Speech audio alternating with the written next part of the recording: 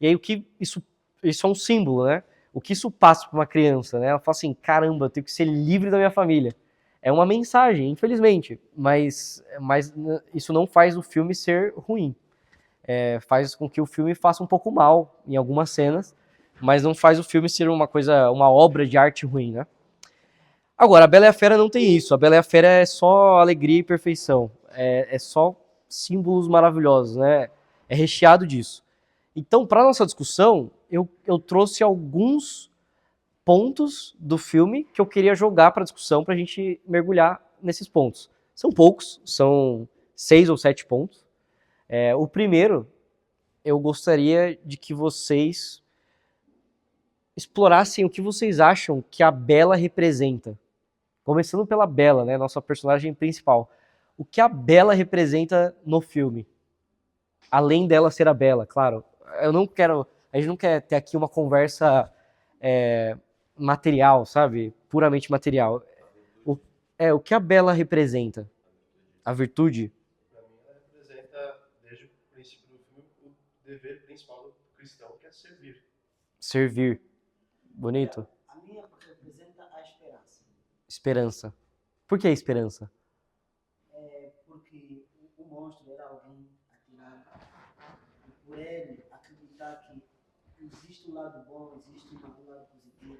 Então, todo mundo não esperava, afinal, que se retribuíssem o amor que ele sentiu, o monstro sentiu, deveria mudar. Uhum. Então é assim que depois de ser retribuído, aí a realidade mudou. Legal. A esperança é isso, nos obedece a seguir, devido a uma mudança, exemplo, que eu mais gostei. Legal. Também, mais ou menos, eu falo na relação de homem e mulher. Por exemplo, a mulher é um ser que facilmente, mas muito cedo ela se amadurece. Aham. Os homens não. A mulher com os 13, 14 já está com a mentalidade do 20, 30. Sim. Nós homens ainda com 17, 18, a mentalidade ainda é de 10. Uhum. Não é? Então, às vezes, a mulher quando está conhecendo alguém, ela só vê no agora dele. Não quer saber o que está por trás dele. Sim. E eu vou falar uma realidade muito, muito comum. Por exemplo, eu vi de Angola. Em Angola eu era uma pessoa muito apegada aos estudos e aos meus projetos. Uhum. Conquistava mulheres. Só que as mulheres, como viam que eu era muito ocupado e às vezes não tinha tempo nem sequer para cuidar de mim, eles pensavam que eu era um retardado. Aham. Mas, depois de me verem que eu viajei, saí de Angola para o Brasil e hoje vejam a minha realidade, meus esposos. Ah, não, você não me falou o que estavas a fazer. Aham. Você me falava, eu ainda te dava alguma chance. Sim. Então, essa esperança que a Bela deu para ele, Uhum. essa crença, a esperança traz isso. Legal, interessante esse olhar da esperança, mas é curioso porque uma coisa que a gente vai falar depois de falar da Fera, acho que é legal de falar do relacionamento dos dois. Mas já falando agora, eu acho muito curioso essa relação da Bela e da Fera, porque o amor acontece ali de uma forma muito natural, não é induzida. Por isso que a esperança não é uma coisa que me veio na cabeça, mas por isso que eu quis até entender por quê, né? Porque de fato a Bela, ela é prisioneira. E aí tem aquela cena maravilhosa que ela começa a cantar na neve com ele, que ela, aquele momento registra a abertura de coração dela. Né? Porque ela começa a cantar assim, será que ele não é tão ruim assim? Será que tem alguma coisa boa nele? E aí ela começa a brincar, ela faz uma bola de neve, joga na cara dele, eles começam a brincar. E é bacana porque no começo os pássaros têm medo da fera. Depois os pássaros estão na fera, porque ela abrindo o coração para a fera, portanto, começando a amar a fera, ainda que muito levemente no início, a fera já começa a se transformar num ser amável, num ser adorável. E para mim, essa é a chave, um dos principais pontos para mim simbólicos desse filme, que uma pessoa, o melhoramento da pessoa é gerado através de um coração que bate por ela. Aquelas pessoas que a gente olha e a gente acha meio insuportável, que a gente não gosta, a gente deveria ter um olhar mais misericordioso para essa pessoa. Por quê? Essa pessoa não teve tantos corações que batessem por ela, quanto nós tivemos. Isso que é lindo, mas o que eu acho muito especial é que não é uma coisa que a Bela quer fazer desde o começo como objetivo. Ela tá ali presa naquela situação que eu quero também falar desse sacrifício que ela fez, né? Mas ela tá presa naquela situação, e aí ela começa a enxergar o homem atrás daquela fera.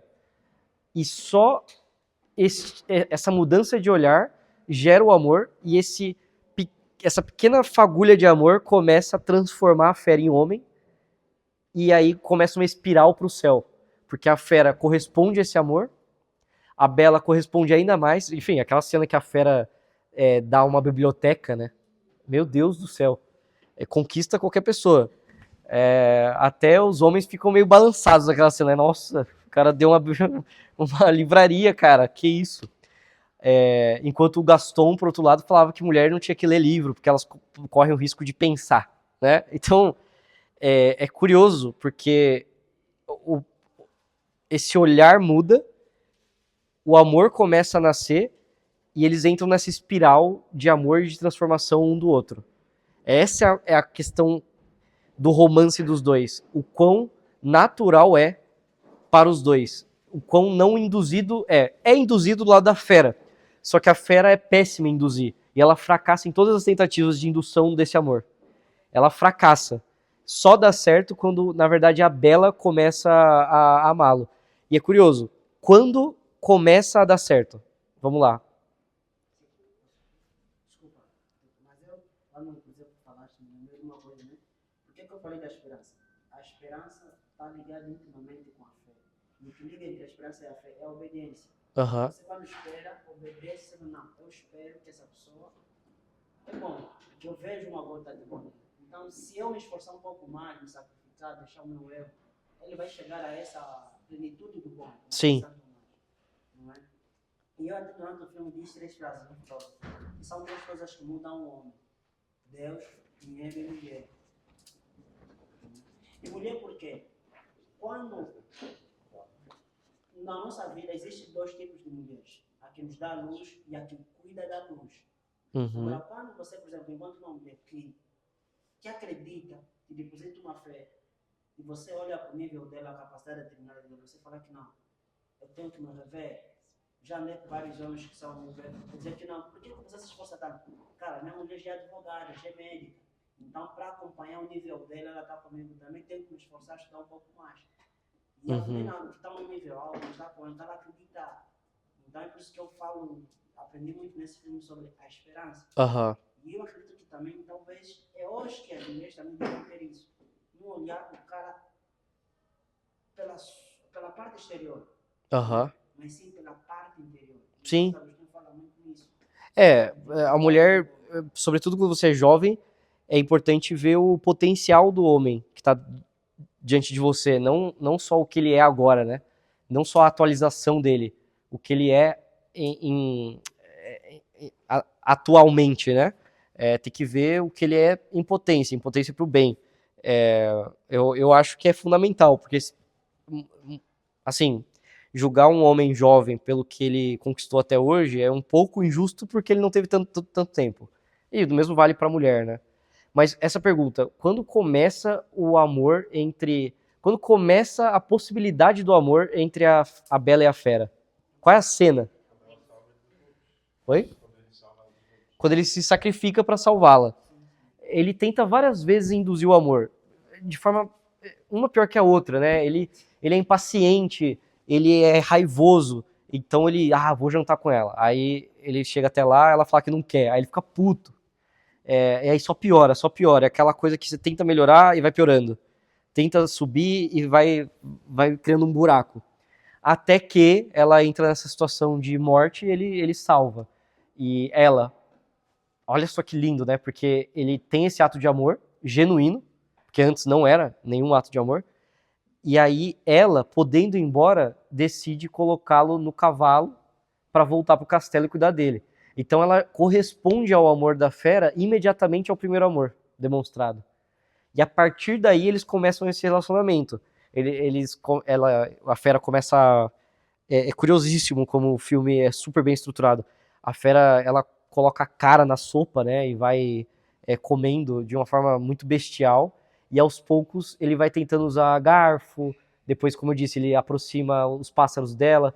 Então, é curioso como o amor nasce. O amor nasce a partir de um ato de sacrifício. E isso é muito bem demonstrado no filme. Muito bem demonstrado. Só aí dá certo pra fera. Mas aí eles vão intensificando esse amor num nível que a fera precisa libertar a Bella. Porque ele já ama demais. E... Exato. Exato, porque ele chegou num nível de amor, porque, enfim, a gente tá saltando, né? Tem a dança. A dança a gente pode falar, é que esse filme é tão fantástico que a gente podia falar de muitas coisas, né? De várias cenas, longamente. Mas a dança é muito, muito importante notar que tem um momento que ele tá todo tímido. Ele é um gentleman, ele é um cavalheiro mesmo, ele é um baita homem. E aí ele pega ali na mão da Bella e ele não pega na cintura. Ele coloca a mão meio próxima ali, mas não pega na cintura. Logo no começo, é um frame assim, você tem que assistir com atenção. E aí a Bella pega a mão dele e coloca a mão dele na cintura dela. Então é uma permissão ali para que eles se aproximem de fato e criem um laço. É lindo esse detalhe, né? Que a fera tá toda cuidadosa, a Bella vai lá, pega a mão e coloca na cintura dela. E ali, no ápice do amor deles, eles vão até aquele espelho, ela vê o pai. Ela fala, eu queria ver meu pai. E aí vê que o pai tá em apuros. E aí a fera, amando a Bella verdadeiramente, não tem outra opção senão deixá-la livre. Isso diz muito sobre o amor em si. Porque não existe amor verdadeiro sem liberdade. Se você tá num relacionamento, um namoro, por exemplo, que o cara não pode te trair, ele não pode te trair moralmente, beleza. Mas se ele não pode te trair, no sentido literal, ele não pode fisicamente te trair, é porque você tá colocando o cara numa jaula. E ele numa jaula, ele não é fiel a você, ele só é prisioneiro. Da mesma forma, um cara super possessivo, que, sei lá, acompanha cada passo da namorada. A namorada não trai ele, só que ela não trai não porque ela é fiel, ela não trai porque ela tá presa. E aí é impossível o amor verdadeiro a partir disso. Posso fazer uma pergunta nessa situação? Não é que estás a mostrar que o amor não é possessivo, mas sim é bondoso e é libertador. Há uma situação recente, né, que uma amiga contou, por exemplo. O cara estava a conquistar ela, disse que ama. Aham. Depois ela não correspondeu, disse que não queria. E o cara, por sua vez, não se correspondeu, ficou chateado com ela e disse que esperavam que fossem amigos, deixavam de ser amigos. Você acha que esse cara sentia amor por agir assim, por não ser correspondido? Ou não sentia algo que não tinha a ver com amor? Por ele ter deixado ela partir? Sim, por ter deixado partir, uma vez que ela não correspondeu. Mas aqui estás a mostrar que, apesar da fé e ter amado tanto, ela libertou a fé.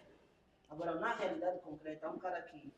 Então, é que na realidade o símbolo, ele só tem valor se ele apontar para a realidade concreta mesmo. Então, assim, na realidade concreta, como isso seria? A única possibilidade de amor genuíno é se você deixa a sua mulher livre para ir embora. Lógico, antes do matrimônio, que aí já era, né? Aí é uma carne só, independente da mulher ir embora ou o homem ir embora, vocês são um. Mas é a única forma. Isso o Jiraiya, o personagem de Naruto, ensina muito bem. Que falam pra ele, né? Nossa, mas você ama essa mulher há tanto tempo e ela nunca correspondeu.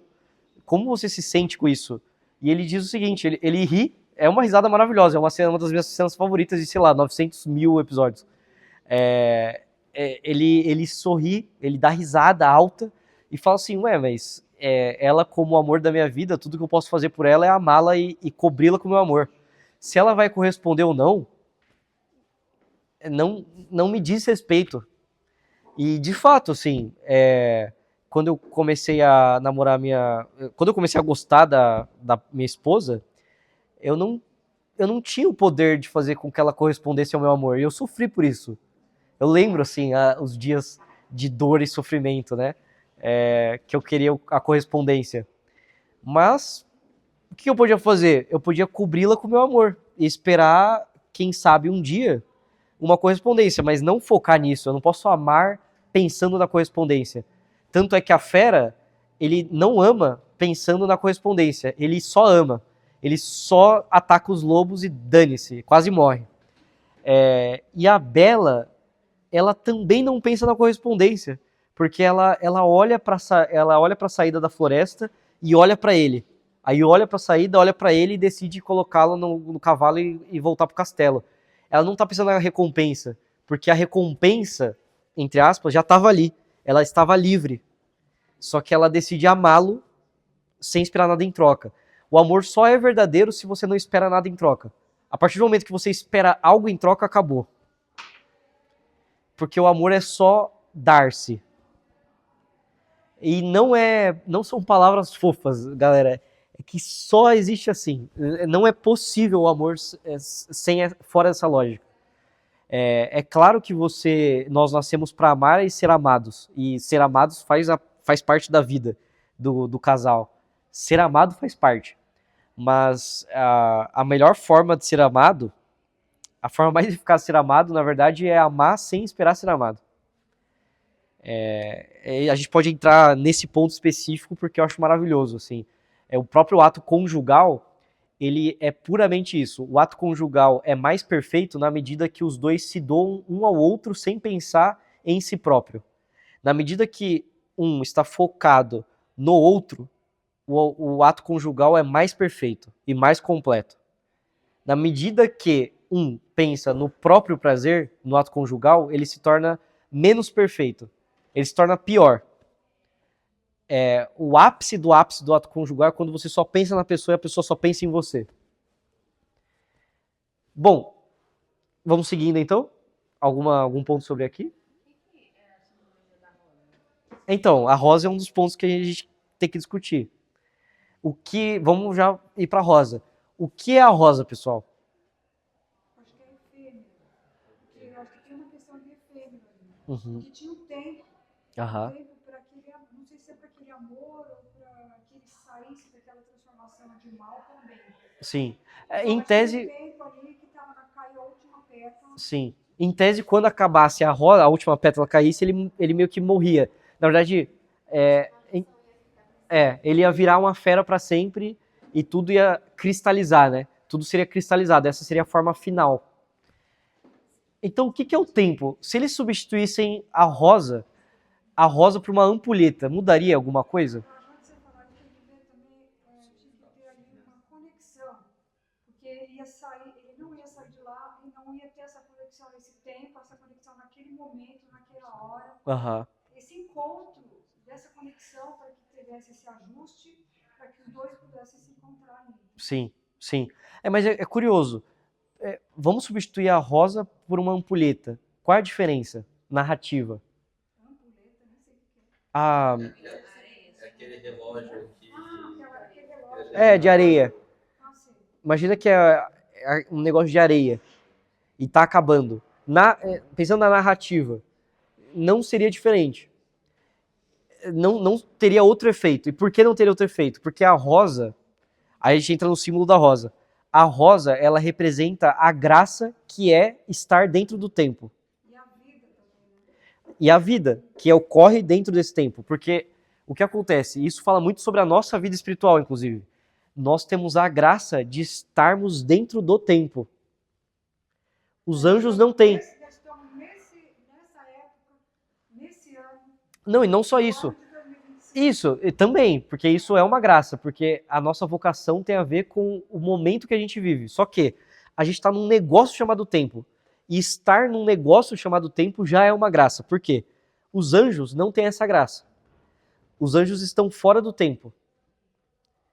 Olha só que profundo. Os anjos estão fora do tempo. Por que Lúcifer não pode se arrepender? Ele não pode se arrepender. Lúcifer não pode se arrepender porque ele está fora do tempo. Estando fora do tempo, todas as decisões dos anjos são cristalizadas. Então, quando 1/3 do céu gritou, não servirei, acabou. Esse 1/3 não pode voltar atrás, porque não tem tempo para remediar. Não tem tempo para consertar as coisas e voltar a ser como eram. Não existe isso. O tempo, ele parece algo que corrói. Só que, na verdade, o tempo é uma dádiva, é um presente divino, que no caso ali é dado por uma feiticeira, porque ela dá uma maldição e uma graça. Ela amaldiçoa. Qual é a maldição da feiticeira? Isso é outra coisa. Pra gente se aprofundar na rosa, né? Qual a maldição da feiticeira? É expor o pecador imundo. É isso que ela faz. Ela não transforma o homem em fera. Ela expõe a fera fantasiada de homem. É isso que ela faz. A maldição da feiticeira, da senhora ali, da mendiga, né? O feitiço dela, a maldição, é expor quem aquele rei de fato é. Quem a fera é. E aí aparece um monstro, porque ele era isso. Chegou uma mulher pedindo ajuda, dinheiro, e ele expulsa ela, né? É como se ele cuspisse nela. E aí ela condena esse homem a se revelar quem verdadeiramente ele é. Só que ela dá essa maldição e dá uma graça. Qual é essa graça? Que é apresentada como parte da maldição. É a rosa. Só que essa rosa é a única esperança. A gente tá falando de esperança? A rosa é a única esperança que a fera tem. Porque é o tempo para remediar. É o tempo para fazer com que as coisas se acertem. E essa é a graça que nós recebemos todos os dias enquanto vivos. Por quê? No momento que o nosso tempo acabar, neste segundo que o tempo acaba, no segundo da morte, nós cristalizamos nossa personalidade. É aí. É isso. É isso que você é. E é isso que você vai ser eternamente. No momento da morte, você cristalizou a sua personalidade para o eterno. E a mesma coisa é a maldição da fera. No momento que a última pétala cair, no momento que o tempo acabar, você será cristalizado como o que você é. Como a fera que você é. E já era. Assim como nós vivemos. No momento que a gente morreu, acabou. Vem o juízo.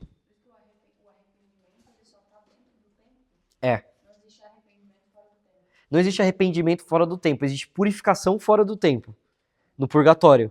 Só que a purificação não é um arrependimento pelas coisas que eu fiz. É você pagar por aquilo que você já fez. E você já se arrependeu. By the way, né? Você pagar por coisas, por pecados já confessados, inclusive. Não, o anjo não é capaz de se arrepender. Porque ele está fora do tempo. Toda decisão de um anjo é eterna. Então, o Lúcifer... mas e se o Lúcifer se arrependesse? Eu, quando era criança, ficava pensando nisso. Não, mas e se o Lúcifer se arrependesse e aí Deus traria ele de volta e o inferno acabaria? Não é possível, porque a decisão de Lúcifer e de 1/3 dos anjos, ela é eterna, ela é cristalizada, assim como todos nós seremos após a morte. Cristalizamos. As nossas decisões foram essas. Então, é curioso, assim, porque nós pagaremos eternamente por aquela imagem cristalizada que nós definimos. Tem aquela imagem no Juízo Final, da Capela Sistina, de Michelangelo, que Cristo ele tá apontando, ele tá mostrando, né? Ele tá apontando para o lado dele, rasgado. E se você pegar o Juízo Final inteiro, que você tem aqui a ressurreição dos corpos, né? Aqui o inferno, as almas sendo elevadas, o purgatório e o céu. De toda aquela composição, Cristo está olhando para o inferno. Ele está lá no meio, lá em cima, olhando para o inferno. Por quê? Olhando para o inferno e apontando para as feridas. Porque ele fala assim, é como se ele estivesse dizendo o seguinte: eu também morri por todos vocês que não me escolheram. Eu morri por vocês. Eu também morri para salvá-los. Era para vocês estarem sendo elevados neste momento. Só que vocês escolheram esse caminho. Então é lindo o juízo final, porque de todas as coisas que Jesus podia estar olhando, ele está olhando para as almas que se perderam e apontando para sua ferida. Michelangelo tinha uma sensibilidade fantástica, assim, né? Mas é isso. Então a maldição, ela vem com uma graça, que é o tempo. E todos nós, neste momento aqui, estamos com essa agraciados pelo tempo. Todos nós temos a graça de poder decidir melhorar e melhorar de fato. E se arrepender dos nossos pecados e começar uma vida nova hoje. Essa é a graça do tempo. E essa graça não está presente para os nossos amados falecidos. Acabou essa graça. Acabou. Os nossos amados falecidos não têm mais a graça do tempo. Eles cristalizaram.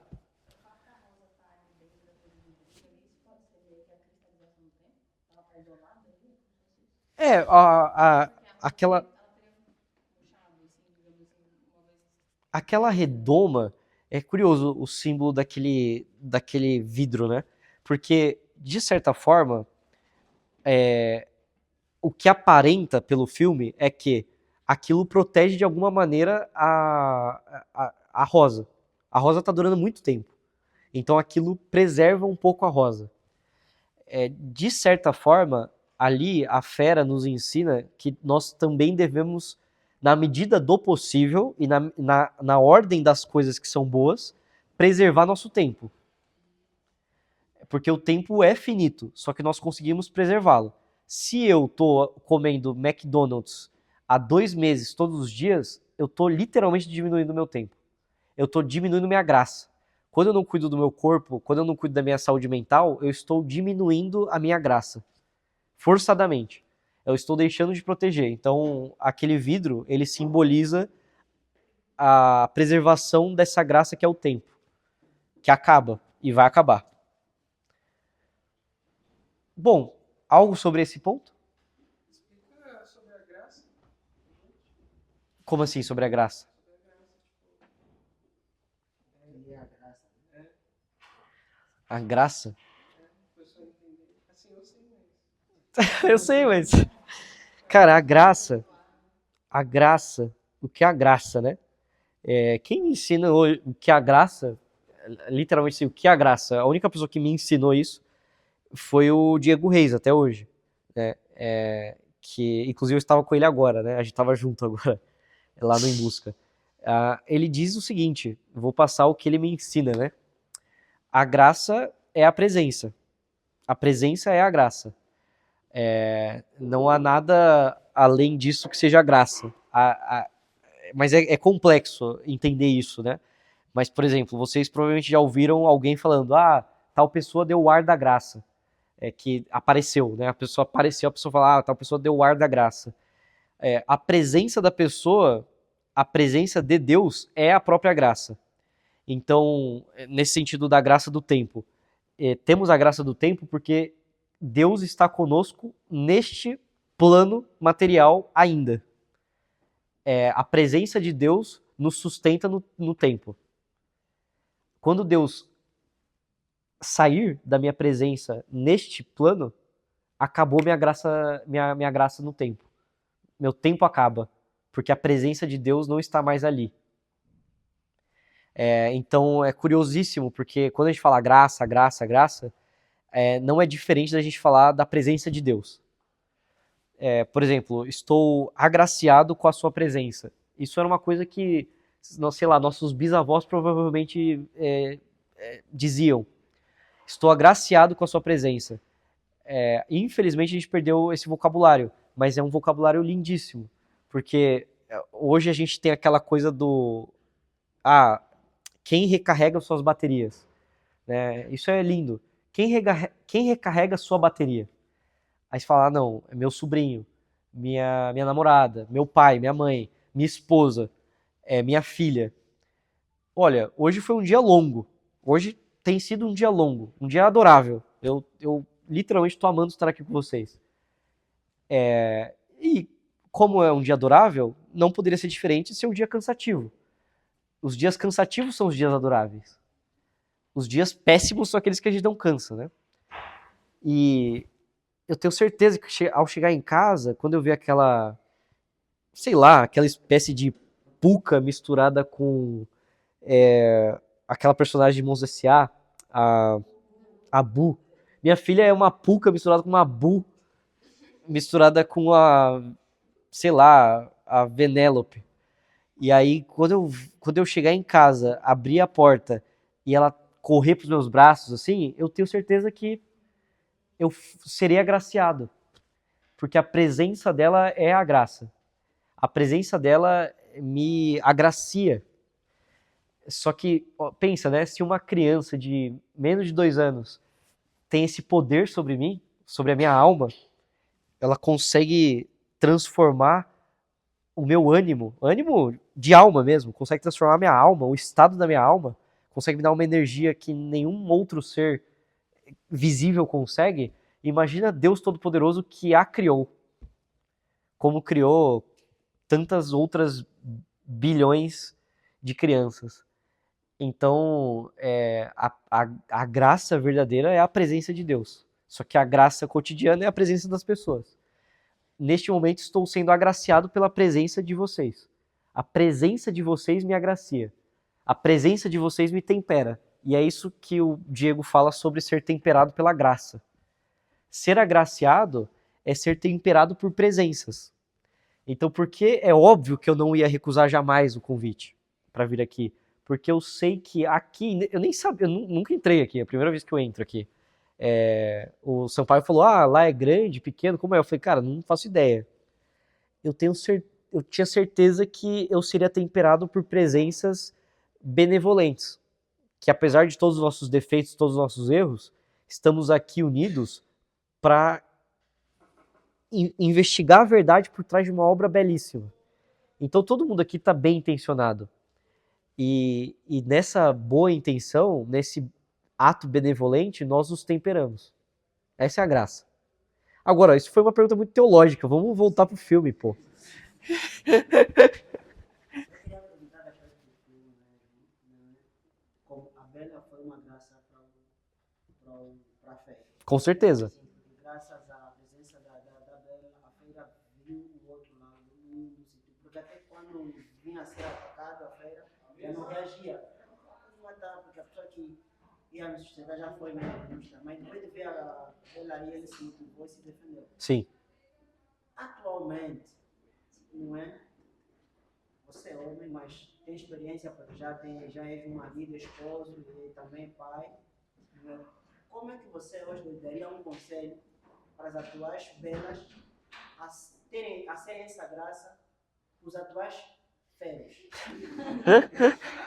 Excelente pergunta. Excelente pergunta. Então, é importante que as belas daqui e de todo mundo saibam identificar quem é fera e quem é Gaston. Gaston é aquele personagem. Caçador. Por quê? Na ilusão do símbolo da Bela e a Fera, né, que o símbolo é real. Só que a pessoa fala, nossa, eu vou transformar essa pessoa. Bom, a minha geração cresceu assistindo Bela e a Fera, então eu vivi isso muito com as minhas amigas, né? Elas tendo esperanças exacerbadas em cima de canalhas, né? Por quê? Porque não, eu consigo transformar com o poder do meu amor. E de fato, consegue transformar com o poder do amor. Só que há pessoas que mais redimíveis e há pessoas menos redimíveis através do ato deste amor. Porque existem graus de redenção.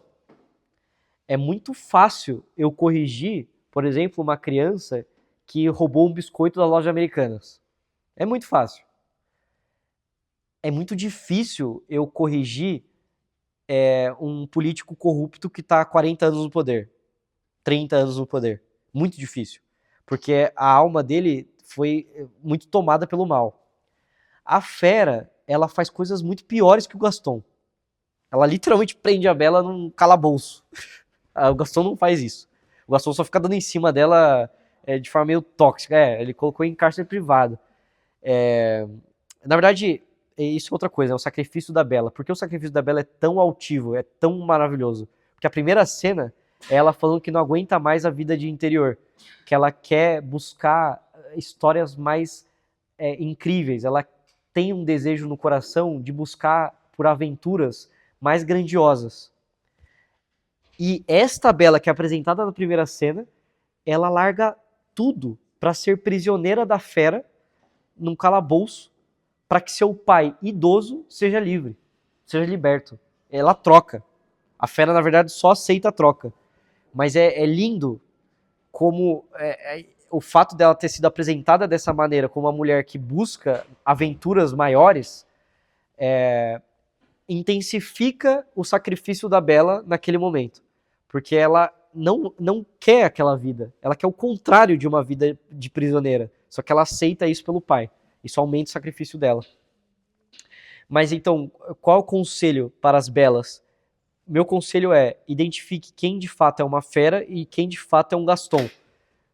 O homem fera é o homem que tem um coração nobre. Mas esse coração nobre está enterrado por ira, por raiva, por traumas passados.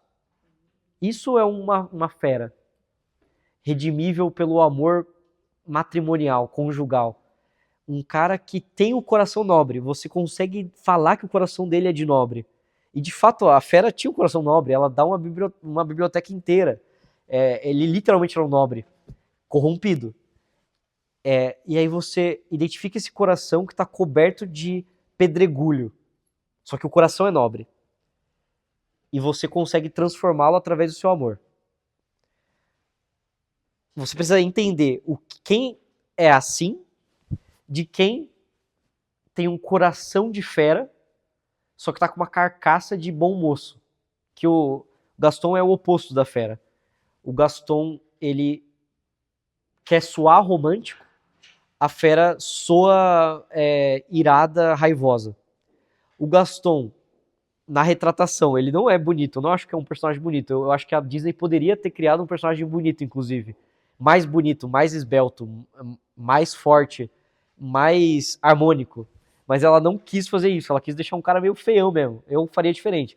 Mas o Gaston, para todas as mulheres, ele é lindo, ele tem reconhecimentos, ele é um grande caçador, um grande conquistador, e todo mundo admira esse homem. Ele é um homem que se esconde, é uma fera que se esconde numa carcaça de grande homem. Enquanto a fera é um homem com coração nobre, só que enterrado pelos seus pecados numa carcaça de fera. Então é importante entender isso, porque eu já vi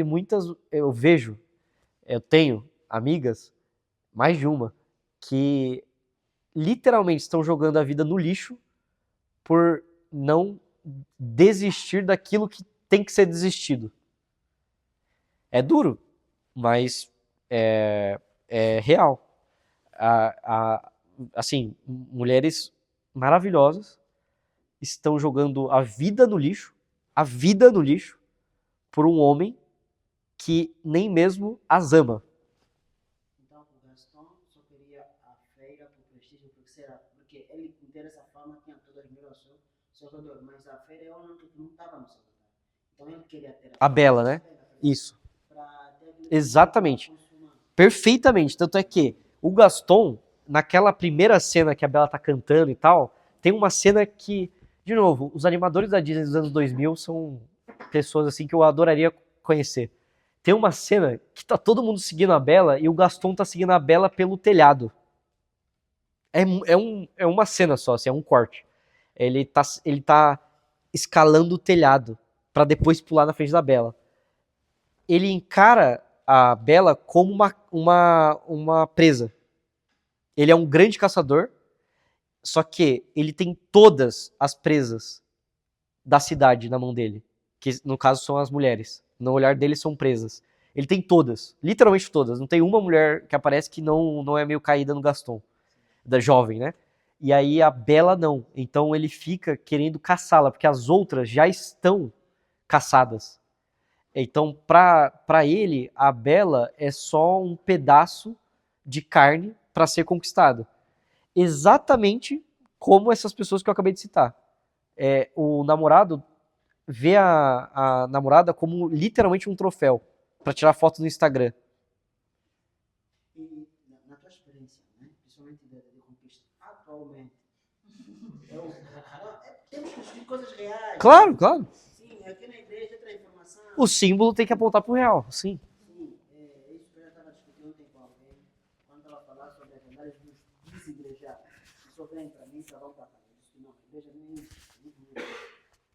Aham, Então, eu queria perguntar, principalmente para nós os homens, tá.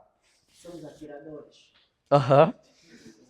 Caçadores. caçadores, Aham. temos esse hábito, por exemplo, está com a fulana, mas também tem mais número da fulana, Aham. começa a tentar ser em simultâneo, tá? Então, Como cristão, você acha que estamos a ser feira ou Gastão? não, com o que você acha? A partir da sua descrição. Gastão. É claro. Um cara, pensa, um cara que fica ali Mas agora, no WhatsApp. um conselho para essas pessoas Cara, o conselho que eu dou é, para ser gravado. não, tudo bem. Não, perguntou se podia gravar, pode gravar o que vocês quiserem, galera. Mas assim, um conselho que eu dou é que assim, vai soar um conselho ridículo, mas eu focaria na minha bela, entendeu? Foi isso que eu fiz. Eu acho que assim, aí tem um momento que a sua bela vai falar assim, cara, não, não, aí acabou.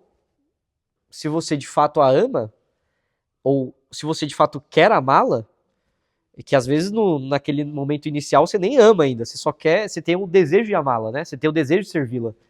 Cara, aí você simplesmente desiste. Mas é assim que funciona. Mas eu não atiraria em 3 de uma vez pra ver qual fala sim, qual fala não. Porque isso é caçador. Eu iria. Não tem problema em mais de uma na sua vida. Não tem nenhum problema nisso. Não, eu acho que não, porque você pode encontrar, você pode se encantar por mulheres que elas pertencem a outra pessoa, e você nem sabe, e ela nem sabe também. Essa mulher, ela vai encontrar o seu marido, e você se encantou por ela. E qual o problema? Eu não me encantei apenas pela Paula na minha vida. A Paula foi a primeira mulher que eu amei como mulher, né, como esposa. Antes mesmo dela ser minha esposa, foi a primeira mulher que eu amei, que eu senti um amor. Agora, o encanto, pô, eu conheci minha esposa quando eu tinha 14 anos. Dos 12 aos 14, eu me encantei por outras pessoas. Mas como eu não estou falando de engano, eu estou falando já na fase de conversa. Por exemplo, né? Então, mas na fase de conversa, eu conversaria uma de cada vez. Aí, por exemplo, mas também tem uma provocação nisso, vou citar Papa Francisco. Ele diz assim, por trás de cada vício existem histórias e experiências. Aham. Francisco, existe isso. Agora você imagina, alguém que teve essa experiência, por exemplo, vou trazer a experiência da fé. Amor não foi correspondido. Só que depois ele vai, quando encontra outra pessoa, ele vai ter medo, não, se eu tanto amar e me focar só nela, não serei correspondido. Então, que tal? Mas essa pessoa está buscando a correspondência. O que eu estou sugerindo aqui é você focar no estabelecimento de um relacionamento amoroso que você vai poder amá-la, no estabelecimento de um relacionamento que você vai poder amá-la, sem intenção de correspondência. Agora, em algum momento, porque nós temos que ser práticos também, não só idealistas, em algum momento você vai ter que mostrar sua intenção. Neste momento, se mostrar sua intenção for um fracasso, ainda há a possibilidade de você tentar novamente. Só que chega uma hora que você precisa parar. Por conveniência, inclusive. Fica inconveniente depois de certo ponto. E aí você tem que parar. E de fato, aí é o momento. Não tô falando assim, puta, essa não deu. Próxima. Não. Porque aí também não muda muito atacar 3 ou atacar uma de cada vez. Você só tá mudando uma metralhadora automática para uma semi-automática. Mas não, pensar assim, poxa, não deu certo com essa pessoa, tá bom. Eu vou ser um amigo dela, eu vou lutar pra ser isso. Ah, eu não consigo ser só amigo dela, então nem vou ser amigo. Agora, eu consigo ser só amigo dela, tudo bem. Aí eu tenho que continuar minha vida. No momento que eu perceber uma mulher que eu queira servir, eu tenha algo no meu coração que aponta pra que eu queira servi-la, eu vou tentar estabelecer um relacionamento com ela. É tão simples quanto isso. As pessoas deixam muito mais complexo. Qual o problema? Esse modo caçador, ele é podre. É assim, oi, tudo bem? Próximo. Oi, tudo bem? Próximo. Oi, tudo bem? Oi, aí, tudo e você? Aí vai chegando as conversas, aí você vai respondendo. Ah, tô bem. que você acha de assistir um filme? Aí a outra respondeu, tô, e você? Ah, tô bem, o que você acha de assistir um filme? Alguma vai.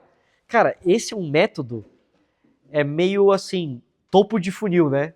Você confundiu o relacionamento amoroso com um lançamento de um produto digital. E aí eu acho que você vira o Gaston. E o Gaston é foda. O Gaston não percebe isso. Nenhum Gaston percebe isso. Mas o Gaston não é atrativo para as mulheres. A mulher não gosta do Gaston. A não ser uma mulher como aquelas que admiram o Gaston no filme, que são meio vazias. Mulheres vazias? Não, pior que infelizmente mulheres vazias são da vida real. Mulheres vazias amam o Gaston.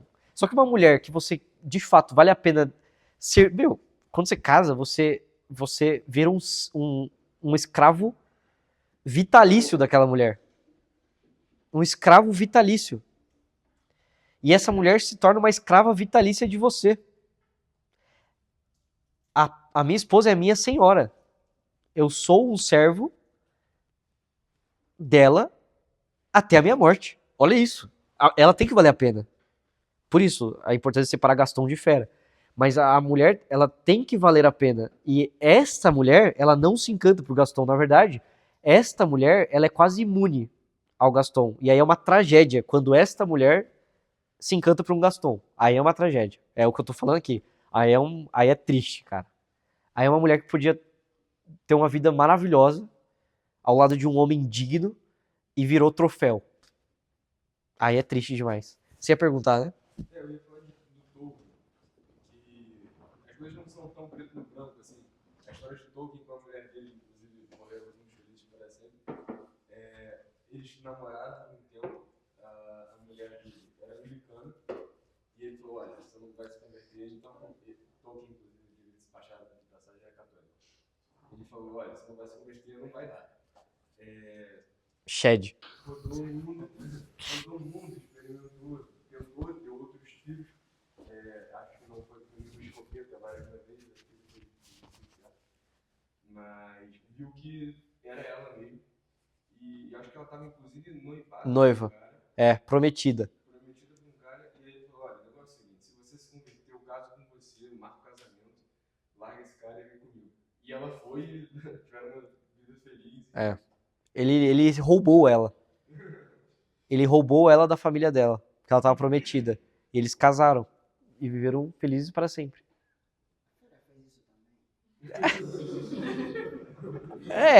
Na verdade a Fera não fez isso só porque a Bela que se sacrifica, né?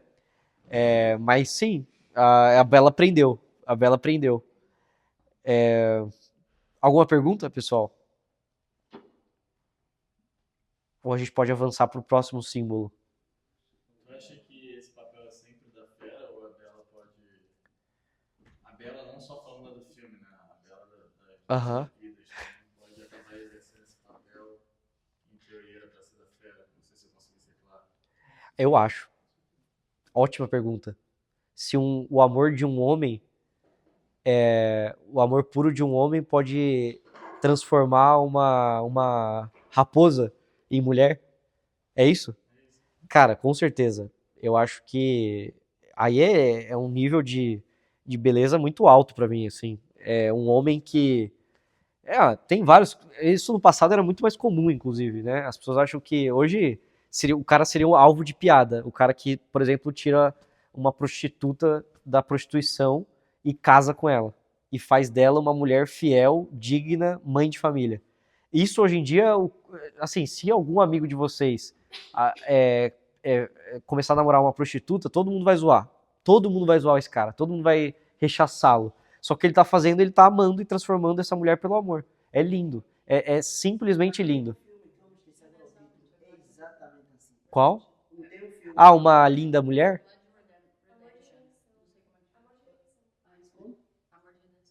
Uma linda mulher é meio assim, não é? Uma linda mulher é o cara lá, mas uma linda mulher é meio hedonista o negócio, né? Mas o cara transforma a mulher. O amor da redenção, essa história, por exemplo, o cara é um camponês, ele sempre tirava do campo, né? Não é isso? Ele tirou ela da prostituição porque, na verdade, ela foi lá por um trauma, parece. Foi uma coisa assim, um infortúnio mesmo, assim, perdeu os pais, era uma criança e acabou Então, a mesma coisa acontece com Gastona e Fera, né? Porque assim, quem já assistiu aqui Os Miseráveis? Aquela o antigão? O novo eu gosto também, do Hugh Jackman. Eu amo o Hugh Jackman, né? Qualquer coisa que o Hugh Jackman aparece, eu falo, bom, tá ótimo. Mas funciona Mas- assim, por exemplo, Amor e Redenção. E eu queria trazer essa questão, principalmente para nossa realidade. Porque uma vez tivemos um debate sobre isso, até que ponto o nosso amor é condicional. Na dia que tivemos a palestra de São José, foi uma pergunta provocativa. Até que ponto nós homens seríamos capazes de nos entregar para proteger uma mulher? Por exemplo, a pergunta foi: São José, percebendo que a Nossa Senhora estava grávida, então, naquela época, se soubesse que ela se engravidou, sem um casamento, seria apedrejada. Isso, Então, ele queria sair em silêncio, isso. proteger a dignidade dele. É lindo, é digníssimo o que ele faz. Nós atualmente vemos um jeito diferente. Mas nesse filme Amor e Redenção, eu trouxe essa é a questão. O homem rezou, sentou diante, lá na capela, rezou, Senhor, estou cansado de ficar sozinho. Quero que você me entregue uma parcela da minha para me acompanhar e tudo mais. Quem você me apresentar, eu vou aceitar. Aham. Só que quando ele foi para a cidade, ele viu uma mulher linda e ele estava num prostíbulo. Aham. E a rainha do prostíbulo era mais popular porque era E ele sentiu que era essa mulher que Deus queria. vendeu tudo para comprar ela e conquistou ela. Conquistou ela. Nesse exemplo também, atualmente, nós teremos essa coragem de tipo ter alguém do prostíbulo, chegar na igreja, apresentar, casar, vão dizer que não, é essa que Deus me deu. Que não sentei no sacrário. Se a sua vocação for salvar a vida, for transformar a vida de uma prostituta, sim. Eu já tive essas conversas, né, com a minha esposa. Eu falei, se eu fosse um prostituto, você casaria comigo? Aí ela falou, sim. E eu também. Não, pelo amor de Deus. Se minha esposa, quando eu a conheci, fosse uma prostituta, eu teria casado com ela. É que ela não era. Ainda bem. Mas se ela fosse... Cara, é que assim... Se a gente de fato quer ser católico, a gente tem que ser. Não é... não, prostituta não. Porque eu tive essa conversa recentemente, né? Nossa, que conversa baixíssimo nível, assim. Só de lembrar, eu me arrependo.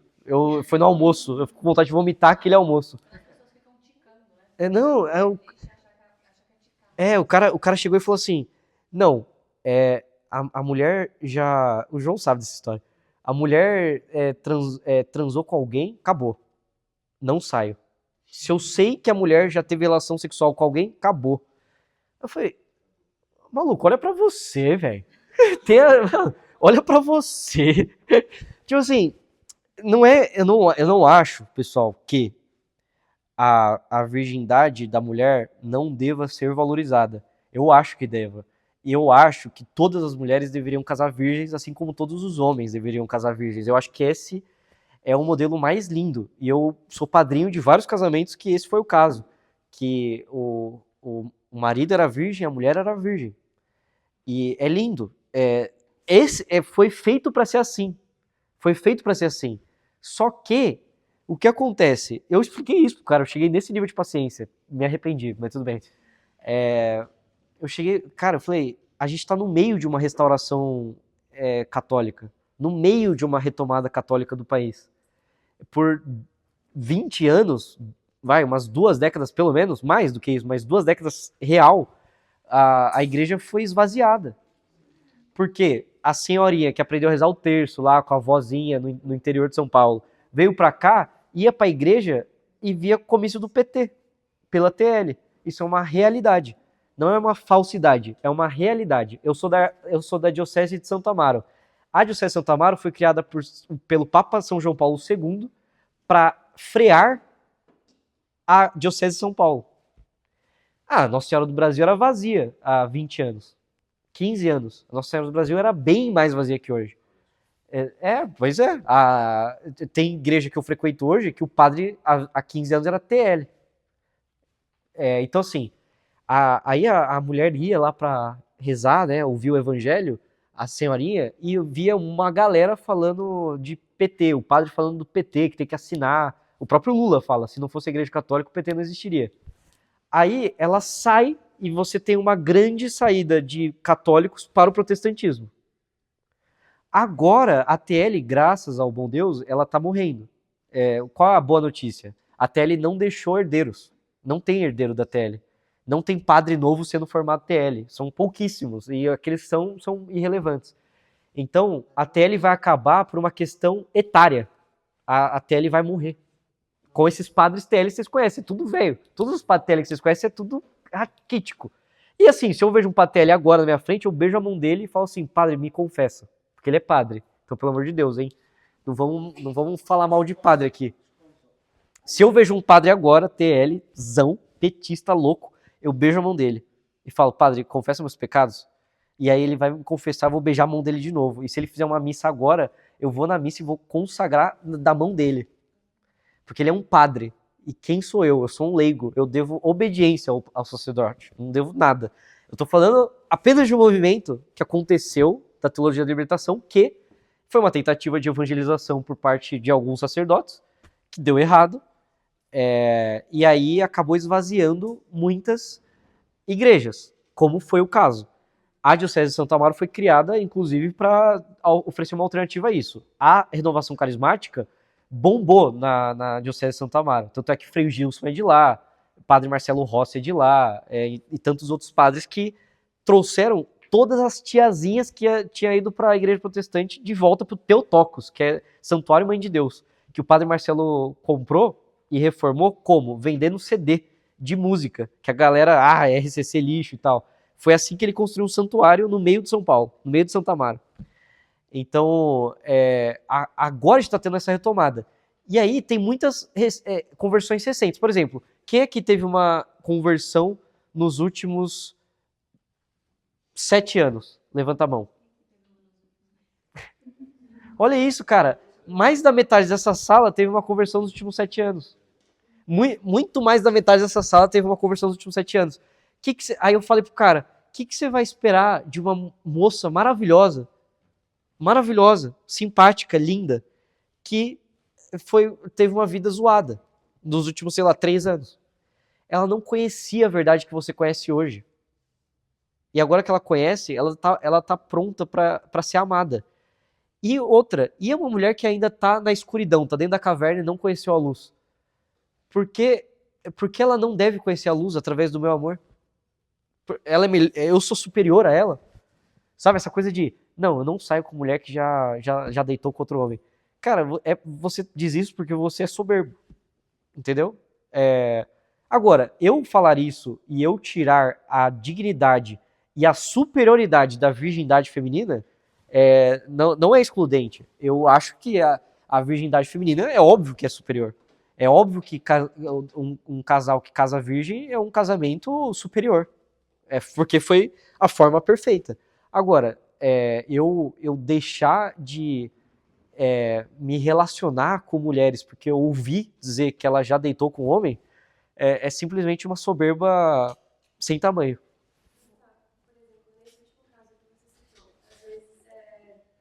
Vou usar a Bela e a Fera, que eu achei legal. Então, muitas vezes tem uma pessoa que é fera, digamos assim, tem um bom coração, mas como você falou, por traumas ou algumas questões da vida, isso não é colocado para fora. E uma Bela, por exemplo, tenta ajudar essa fera, mas justamente pelos traumas ela não consegue sair desse ponto.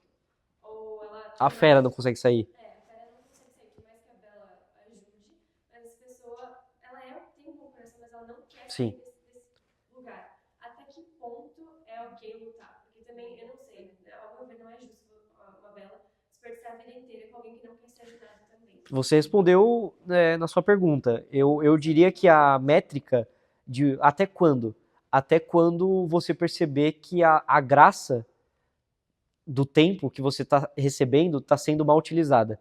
Então você está usando a graça do seu tempo de forma não produtiva. E você vai ser cobrada por toda a graça que você recebeu. E o tempo é uma dessas graças. Então a gente vai ser cobrado pela forma que nós utilizamos nosso tempo. Então até quando insistir na melhoria de uma pessoa através do meu amor? Até o momento que essa insistência não corrompa todos os frutos que eu devo gerar com as graças que eu recebi. Porque o nosso tempo é finito, a nossa graça é finita, eu preciso gerar frutos com aquilo que eu tenho.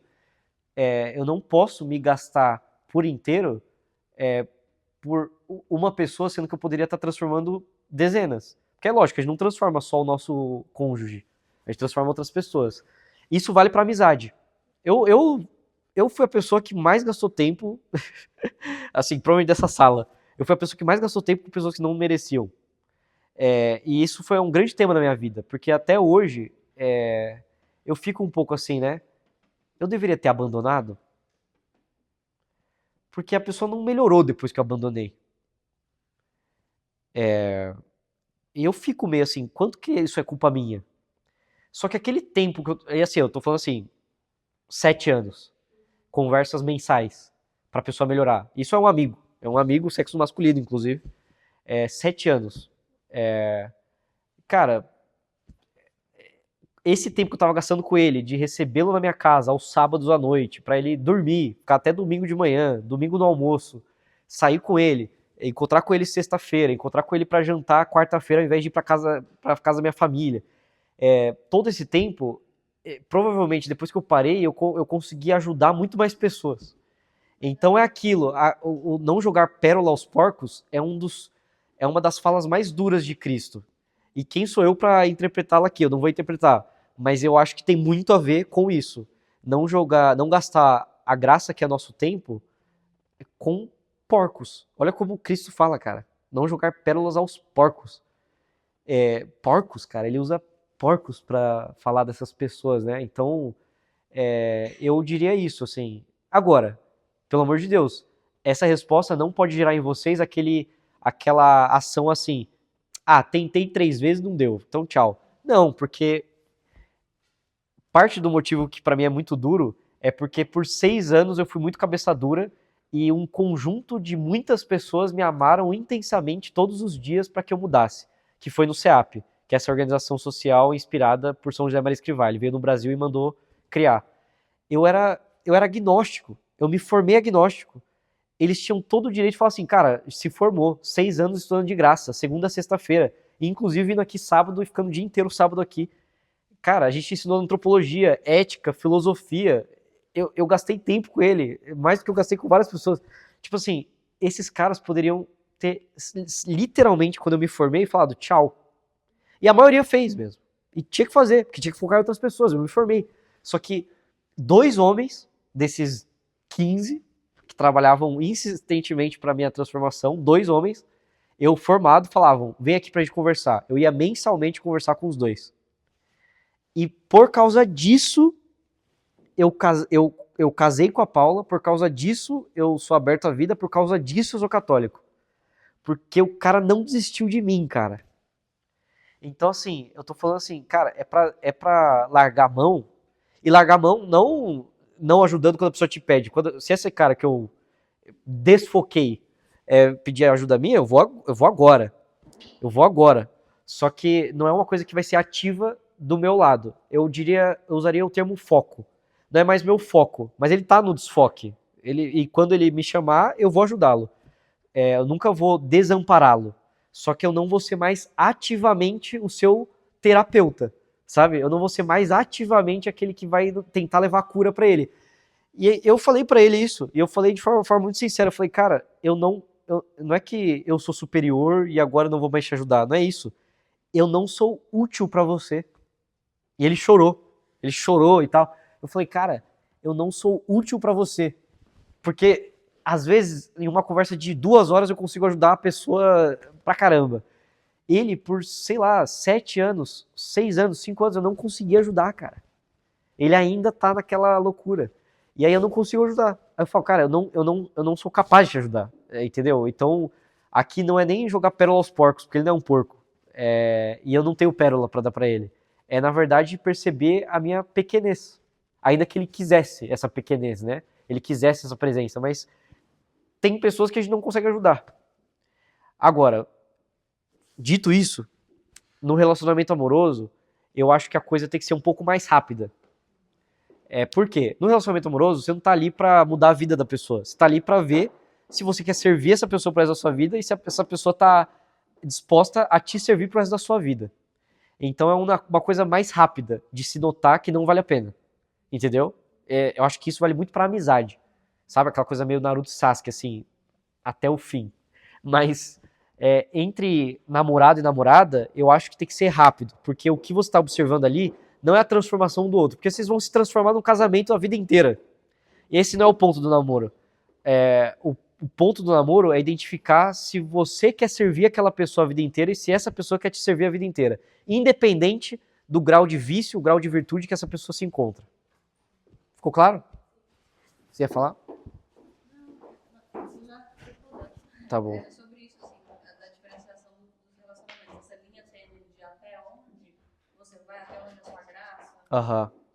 varia muito do tipo de relacionamento que você tem, né? É por isso, aquela graça que cura, a amizade é pra sempre. Eu sou um dos melhores amigos dessa pessoa que eu falei que eu larguei. Eu larguei como uma ação ativa que eu vou atrás e vou tentar curar, porque eu não consigo curar. Eu sou incapaz. A gente entra numa síndrome de Salvador, né? Isso. E aí é a linha entre, será que eu tô fazendo isso porque eu realmente quero, né, o bem para aquela pessoa, ou talvez aquilo também não entra no meu ego de eu me sentir que eu fui lá e ajudei. Exatamente. O meu diretor espiritual, ele não é meu diretor espiritual mais, mas era há uns 5 anos. Ele chegou em mim, Padre Sidney. Ele falou assim pra mim: Gustavo, você precisa entender que você não é capaz de abraçar o mundo inteiro. Aí eu entendi. Não é que eu não devo abraçar o mundo inteiro, eu não sou capaz. Eu vou ser ineficaz sendo assim. Então você tem que escolher suas batalhas. E as batalhas que você é mais eficaz, você deve dar preferência. Eu queria te fazer uma pergunta. Claro. Levando em conta que tanto os homens quanto a mulher devem procurar por alguém que tenha virtudes e valores para que dentro de um relacionamento ambos apontem um caminho para o céu um para o outro, existe uma bela certa para uma fera e uma fera certa para uma bela? Ou pode existir mais de uma bela certa ou de uma fera certa? Levando em consideração que a pessoa que está com a gente é uma bênção de Deus, né? Quando caminha para o mesmo propósito. Sim. Essa é uma ótima pergunta, né? Se existe, basicamente, essa sua pergunta, me corrija se eu estiver errado, se existe aquela coisa da alma gêmea, né? Se tem alguém. Eu não sei te responder. É uma pergunta que eu faria para Deus, assim, né? Mas eu diria que a minha visão sobre isso, pelo pouco que eu sei, né? O pouco que eu entendo, pelo pouquíssimo que eu entendo de Deus, né? Eu acho que não. Por quê? Pensa, né? A cada 4 gestações nos Estados Unidos, uma é abortado. Então 1/4 da população americana é abortado. Olha o grande país dos Estados Unidos, né? Grande país dos Estados Unidos. 1/4 da população é abortada. Essas pessoas não tinham, na teoria da alma gêmea, não tinham alma gêmea. E ainda assim as pessoas se encontram. Então eu acho que Deus ama tão radicalmente a nossa liberdade que ele permite que seus filhos livres se escolham para que se amem. Eu e a Paula, nós somos um casal muito improvável, porque são 2 gerações diferentes. Assim, é improvável mesmo. É um casal improvável. Eu não conheço nenhum casal que é igual eu e a Paula, assim. Se eu abrir aqui, vocês vão falar, eu conheço um ou outro, mas é raro, assim. Não é uma coisa comum. Porque apesar de não ser tanta idade de diferença, né? Ela tem 30, eu tenho 26. Só que eu vou fazer 27 agora. Então, boa parte do ano a gente fica com 3 anos de diferença, boa parte do ano a gente fica com 4 anos de diferença. Quando eu fico com 4 anos, eu fico zoando muito ela, né? Eu falo, nossa, 30 anos, pô, eu tenho 26. Mas aí eu vou fazer em agosto agora. Que de abril a agosto a gente fica com essa diferença de 4 anos. Mas é 3 anos e meio no fim. 3 anos e meio de diferença. Só que na nossa geração é bastante. E quando eu conheci ela, eu tinha 14, ela tinha 18. Então era meio estranho mesmo. Eu comecei a namorar a Paula, eu tava no segundo ano do ensino médio e ela tava no segundo ano da faculdade. Então era estranho, era muito estranho. Meus amigos achavam, porque assim, na escola os meninos sabem, né? A galera do segundo ano fica com as meninas do primeiro. A galera do terceiro fica com as meninas do primeiro, né? E as meninas do primeiro, elas sempre ficam com os caras do terceiro, porque é aquilo que você até disse, eu trabalhei numa escola single sex. Um dos argumentos que eu falava era a diferença de maturidade, de fato existe. E aí, quando um cara ficava com uma menina da idade dele, ele já era um rei. Quando ele ficava com uma menina mais velha, ele era tipo assim, meu Deus. Então o Gustavo, agnóstico, no auge da sua imaturidade, quando eu cheguei, né, no Facebook, né, Gustavo e Paula estão namorando. Aí a galera, essa menina tá na faculdade. Aí tipo eu virei o, meu Deus, fale o segredo ao Senhor, né? Nossa, segredo nenhum, na verdade ela viu alguma coisa em mim, né? Porque eu já era louco por ela. Mas ela viu, teve um dia que ela viu alguma coisa em mim. Aí a gente começou a namorar. Eu tinha 15. Você só tinha idade, né? A idade dos 14 anos. Você já nasceu mais velho do que A gente conheceu, eu tinha 14, eu tinha 18, mas a gente começou a namorar. Eu tinha 15, mas eu tava no mês que ia completar 16. Foi 1º de agosto. Eu completei 16 dia 31 de agosto. Então eu tinha 16, ela tinha 19. Mas na verdade eu tinha 15, ela tinha 19. Mas eu tinha 16, ela tinha 19. É. Acrescentar, sempre que ela pergunta, São José Maria Escrivá fala de uma coisa muito importante, que eu levo até agora para a minha vida, que, quer dizer, os problemas existem na igreja porque são poucos que rezam, e nesses poucos que rezam, rezam pouco, não é? Há coisas que às vezes não podemos sempre dar conselho, é mesmo deixar com que ele viva o sacramento e a oração, a meditação, ir à missa, rezar, Sim. é muito importante. Só que eu acho que eu acho que tá bom. Que horas são? 8h52. Nossa, então vamos. Aí a gente tem uma fotinho pra postar no Insta. Tá bom. Tá ótimo. Última pergunta, então? Alguém que não perguntou. Pô. Bom, só queria fazer um desafio aqui durante o filme que eu... Geralmente nesse horário eu começo a ter uns pensamentos. Mas enfim, na parte que ele tá falando sobre o cara, que ela acaba de ser aprisioneira, né? E aí ele dá um mandato. E é pra ela não ir na Zona Oeste. Aí na hora tipo, me veio a questão do Gênesis, né? Então, tipo assim, você pode ir pra todo lugar, você pode comer todas as frutas exceto a da árvore do bem e do mal. Aham. E aí ela vai lá e desobedece. Sim. Então, tipo assim, Adão também desobedeceu. E aí ele expulsou ela, tipo, saia daqui. Aí ela saiu da presença dele e tentou se esconder. Sim. Aí veio os lobos, né? Veio o pecado, a maldade e tudo mais. E aí ele vem, depois ele sai lá do castelo, tipo, se encarna, sabe? Ele sai Sim. do castelo e salva ela, né? Sim. Então, disso aí, desse sacrifício que você falou, que nasceu o amor. A faísca dele. Aí depois esse amor permite que, inclusive, o amor implica a liberdade, que ela saia. Na minha cabeça a analogia ficou meio ao contrário, né? Porque tipo, Cristo, depois que vem, ele acende, né? No caso, ela que sai. E aí vai no paráclito, né? A xícara. Sim. E ela fica presa lá e a xícara, o paráclito, permite que ela volte. E aí quando ela volta, que ele se acende, tem aquele último sacrifício, aí depois ele se transfigura e ela contempla ele na essência dele. Uhum. Tudo fica claro, né? Tudo que era escondido, tudo que era, tipo, os servos lá que tinham virado a vela e tudo mais, se revela. Sim. Então, essa analogia, tipo, ficou na minha cabeça e... Legal. É que o Gênesis é o começo de tudo. E todos os símbolos remetem ao Gênesis. Isso é fantástico. Mas uma coisa curiosa que eu gostaria de falar aqui é que falar de Adão e Eva brevemente, aí a gente se encerra. Adão e Eva, a história de Adão e Eva, Deus ali está descrevendo o que ocorre quando um homem não exerce sua função. Quando o homem não exerce sua função, ele abre as portas do mundo para a corrupção. Por quê? Quando Deus cria Adão, ele fala para ele cuidar do jardim, né? Fala para ele nomear as criaturas, mas também cuidar do jardim. E tinha esse fruto que era o fruto proibido. De todas as árvores, tinha esse que era proibido. Só que a Eva, ela não vai lá de louca e, vou pegar. Ela tá passando e uma serpente fala com ela. Adão permitiu que uma serpente falasse com sua esposa.